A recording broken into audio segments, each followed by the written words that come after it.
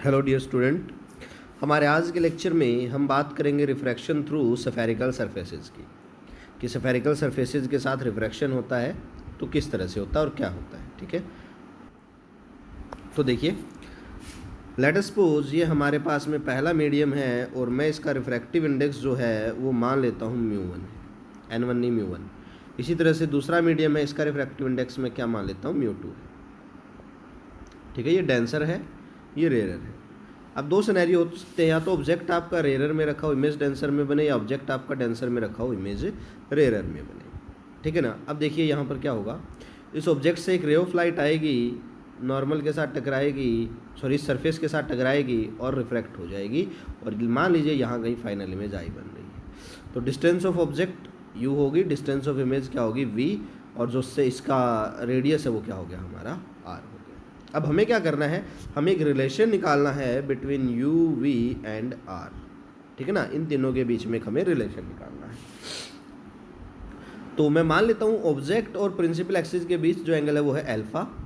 ठीक है ना, मैंने अज्यूम कर लिया कि ऑब्जेक्ट और प्रिंसिपल एक्सिस के बीच का एंगल अल्फा है, और इमेज और प्रिंसिपल एंगल एक्सिस के बीच का एंगल क्या है, बीटा, और सेंटर ऑफ कर्वेचर से जो नॉर्मल जा रहा है, नॉर्मल और प्रिंसिपल एक्सिस के बीच का एंगल क्या है, गामा है।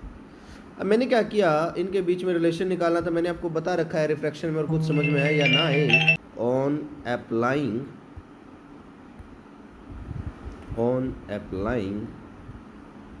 स्नेल्स लॉ को हमने क्या कर दिया, अप्लाई कर दिया। अब इसके अकॉर्डिंग क्या होगा, refractive index of first medium into में sine of i is equals to refractive index of second medium into में साइन ऑफ आर, यही आएगा। If we are reading paraxial optics, if i and r are very very small, जब i और are very very small होंगे उस case में क्या होगा, μ1 इंटू में i is equals to μ2 into में आर हो जाएगा, जो कि हमारी क्या आ गई, पहली इक्वेशन आ गई। अब यहाँ से मुझे क्या चाहिए, आई और आर की वैल्यू चाहिए। अब आई और आर की वैल्यू लेकर आने के लिए देखिए, मैं वो ट्रायंगल्स ले लेता हूँ जिनमें आई और आर आ रहे हैं। तो सबसे पहले ट्रायंगल तो आपके सामने आ ही रही है, ये रही, देखो ये यहाँ से यहाँ तक चले गए हम, फिर हम यहाँ से यहाँ तक चले गए, ठीक है, और फिर हम यहाँ से यहाँ तक चले गए।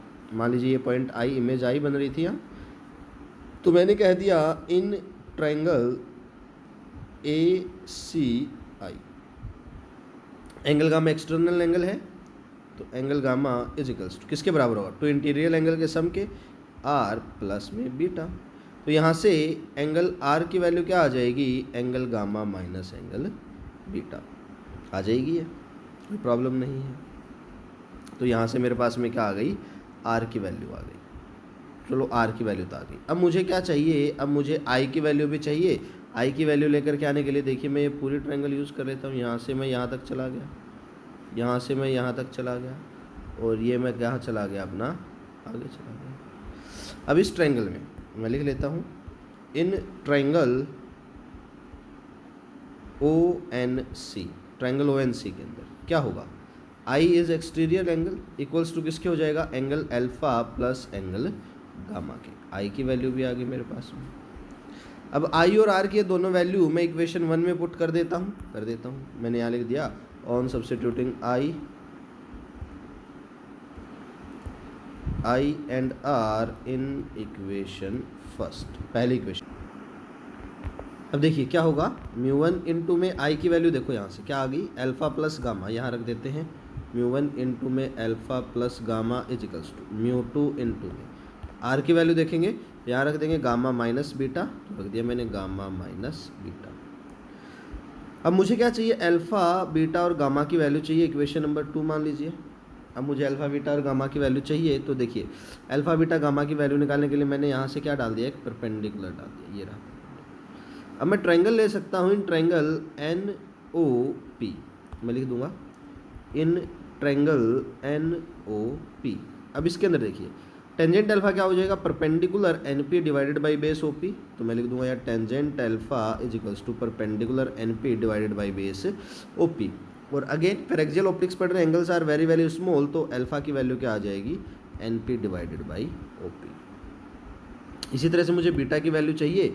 बीटा की वैल्यू निकालने के लिए मैं क्या कर सकता हूँ, अगली ट्रायंगल ले सकता हूँ। अगली ट्रायंगल कौन सी बनेगी, देखो ये बीटा जिसमें है एन पी, ये हो गया, और यहाँ से क्या आ गया, आई आ गया, ये पर राइट एंगल ट्रायंगल बन गई। तो मैं लिख सकता हूँ in triangle N I P, मैंने यहाँ पर लिख दिया, मान लीजिए कह दिया in triangle N I P.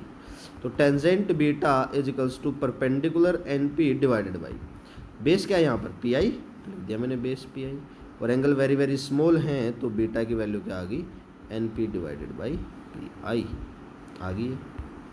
Next देखेंगे, नेक्स्ट क्या आ जाएगा मेरे पास में, ट्रायंगल एन सी पी। तो मैं ट्रायंगल एन सी पी ले लेता हूँ, अगर आपको नहीं दिखाई दी है तो मैं बता देता हूँ। देखिए ये हो गया एन से पी तक की वैल्यू, ये हो गया सी तक की वैल्यू, गामा आ गया इसमें। तो मैं लिख देता हूँ in triangle N C P tangent gamma is equals to perpendicular N P divided by base क्या आ जाएगा, पी, और ये क्या है, C. Angle very very small है तो गामा की वैल्यू क्या आ गई, N P by P C. तो अल्फा बीटा गामा की वैल्यू इक्वेशन 2 में रख देते हैं, लिख देता हूँ मैं, on substituting alpha beta and gamma in equation second. तो यहाँ से सेकंड में रखते ही क्या आ जाएगा मेरे पास में, देखिए μ1 इंटू में alpha N P divided by O P, N P divided by O P, plus में गामा क्या आ जाएगा, N P divided by P C, N P divided by P C is equals to μ2 into में gamma क्या है, N P by P C, लिख देता हूँ मैं N P divided by P C, minus में बीटा क्या है, N P by P I, N P divided by P आई। ठीक है, इन सब से एन पी कॉमन निकाल लेता हूँ। देखिए मेरे पास में क्या बन जाएगा, यहाँ से एन पी बाहर आ गया, μ1 इंटू में 1 upon O P plus 1 upon P C is equals to, N P बाहर आ गया, μ2 इंटू में 1 upon P C minus 1 upon P I, N P से मेरा एन पी कट जाएगा। ठीक है, अब ओ से पी तक की वैल्यू, देखिए पैरेक्सियल ऑप्टिक्स पढ़ रहे हैं तो मैं इस डिस्टेंस को तो नेग्लेक्ट कर सकता हूँ। ओ से पी तक की वैल्यू किसके बराबर आ गई, मेरी यू के बराबर रख देता हूँ मैं। तो μ1 इंटू में 1 अपॉन में यू, साइन कन्वेंशन के साथ रखेंगे, ये लेफ्ट में था तो नेगेटिव आ जाएगा, प्लस में पी से सी तक की वैल्यू, पी से सी तक की वैल्यू आर के बराबर है, राइट में ही है तो पॉजिटिव आ जाएगा, 1 upon r equals to μ2 into में पी से सी तक की वैल्यू तो 1 अपॉन आर आ जाएगी, पी से आई तक की वैल्यू किसके बराबर है, वी के बराबर है, तो 1 अपॉन वी। अब हम चाहें तो इसको ब्रैकेट को ओपन कर लेते हैं, देखिए क्या बन जाएगा, negative of μ1 by u plus μ1 by r is equals to μ2 by r, और यहाँ से क्या आ जाएगा, negative of μ2 by v. R की टर्म एक तरफ कर लेते हैं, बाकी सब टर्म्स को दूसरी तरफ, μ2 बाई वी इस तरफ आएगा, प्लस हो जाएगा, तो μ2 बाई वी प्लस हो गया, माइनस μ1 बाई यू हो जाएगा, μ2 बाई आर माइनस में μ1 बाई क्या आ जाएगा, आर। तो यहाँ से आपके पास में क्या बन जाएगा, μ2 by v minus μ1 by u is equals to μ2 minus μ1 और 1 बाई आर, यहाँ से मैंने बाहर निकाल दिया। तो ये मेरे पास में क्या आ जाएगा, रिलेशन आ जाएगा किस किस के बीच में, वी यू और आर के बीच में, जो कि शुरुआत में हमसे क्या किया गया था, पूछा गया था। अब देखिए मैंने आपको एक बात बताई थी कि अगर ये तो थी बात कब, जब हम कहाँ से कहाँ जा रहे हैं, रेयरर टू डेंसर। अगर हम डेंसर से रेयरर जाएंगे तो क्या होगा, तो फॉर डेंसर टू रेयरर आपके इसी रिलेशन में सारा कंसेप्ट सेम है, रे डायग्राम थोड़ा सा बदल जाएगा और आपका जो फाइनल रिजल्ट है उसमें μ1 और μ2 क्या हो जाएंगे, रिप्लेस हो जाएंगे। तो जो फाइनल रिजल्ट है उसके अंदर हमारा क्या बन जाएगा, ये बन जाएगा μ1 by v minus μ2 by u is equals to μ1 minus μ2, और ये क्या आ जाएगा अपॉन में आर। ठीक है, तो ये डेंसर से रेयरर वाला मैं आपके ऊपर छोड़ता हूँ, ये आपको अपने आप करना है। अब देखेंगे यहाँ पे अगली बात जो हमसे पूछी जा सकती है वो पूछी जा, अभी हम बात करेंगे किसका, मैग्निफिकेशन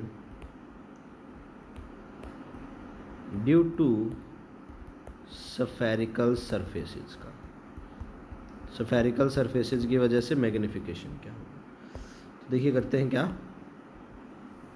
मेरे पास में आ जाएगा ये एक लाइन, रेफरेंस लाइन है अपनी, यहाँ पर मेरे पास में अपना स्फेरिकल सरफेस आ गया, और मान लीजिए यहाँ पर मैंने अपना क्या रख दिया, ऑब्जेक्ट रख दिया, रे गई यहाँ टकराई, बैंड होगी टुवार्ड्स नॉर्मल, और ये मान लीजिए मेरी फाइनल इमेज होगी। तो यहाँ पर ये मेरा एंगल ऑफ इंसिडेंस आ गया, ये मेरा एंगल ऑफ रिफ्रैक्शन आ गया, ये मान लीजिए ए और बी हो गया, ये मान लीजिए ए डैश और बी डैश हो गया। ये है मेरे पास में मान लीजिए हाइट ऑफ ऑब्जेक्ट, और ये क्या आ जाएगी मेरे पास में, हाइट ऑफ इमेज। तो मुझे तो मैग्निफिकेशन चाहिए, मुझे पता है मैग्निफिकेशन किसके बराबर होता है, height of image to the height of object. अब इसको मैं मान लीजिए ओ मान लेता हूँ, तो इन ट्रायंगल ए ओ बी क्या आ जाएगा मेरे पास में, हाइट ऑफ इमेज क्या आ जाएगा मेरे पास में, यहाँ से मैं क्या कह सकता हूँ, sorry height of object, tangent I is equals to perpendicular AB divided by base OA. Similarly, in triangle A dash O B dash, tangent R is equals to perpendicular A dash B dash divided by क्या आ जाएगा, base OA dash। ये मान लीजिए मेरा refractive index म्यू1 है, ये मान लीजिए रिफ्रैक्टिव इंडेक्स म्यू2 है। अब यहाँ पर मैं स्नेल्स लॉ अगर लगाता हूँ तो स्नेल्स लॉ क्या बन जाएगा, म्यू1 इंटू में sine of i is equals to म्यू2 इंटू में साइन ऑफ आर। तो म्यू1 इंटू में आई इज इक्वल्स टू म्यू2 इंटू में आर हो जाएगा। अब यहाँ देखते हैं, देखिए एंगल्स वेरी वेरी स्मॉल हैं हमारे पास में, तो tangent i nearly equal to i किसके बराबर हो जाएगा, A B divided by O A के। Tangent r nearly equal to r किसके बराबर हो जाएगा, A dash B dash divided by O A dash के। आई और आर की ये वैल्यू मैं यहाँ पुट कर दूँ तो म्यू1 इंटू में आई की जगह क्या आ जाएगा, ए बी अपॉन में ओ ए आ गया, ए बी अपॉन में ओ ए। म्यू2 इंटू में आर की जगह क्या आ जाएगा, A dash B dash upon में O A dash B dash divided by O A dash, ठीक है ना।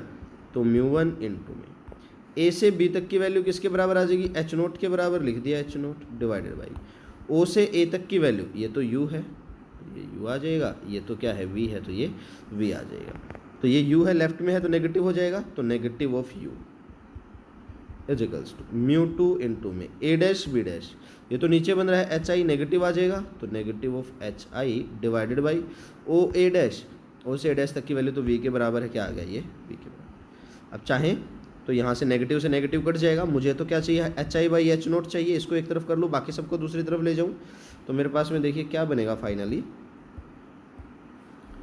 तो minus of H I divided by H note, इसको मैं इधर ले गया नीचे, तो ये इधर आ जाएगा इज इक्वल्स टू म्यू1 अपॉन में माइनस ऑफ यू है, माइनस ऊपर चला गया, इनटू में वी चला जाएगा, ठीक है, और नीचे क्या आ जाएगा आपके पास में, यू आ जाएगा, म्यू2 आ जाएगा, सॉरी म्यू2 इधर जाएगा नीचे, नेगेटिव से नेगेटिव कट जाएगा, तो मैग्निफिकेशन बराबर है H I by H note, ये किसके बराबर आ जाएगा, म्यू1 बाई म्यू2 इनटू में वी बाई यू के बराबर।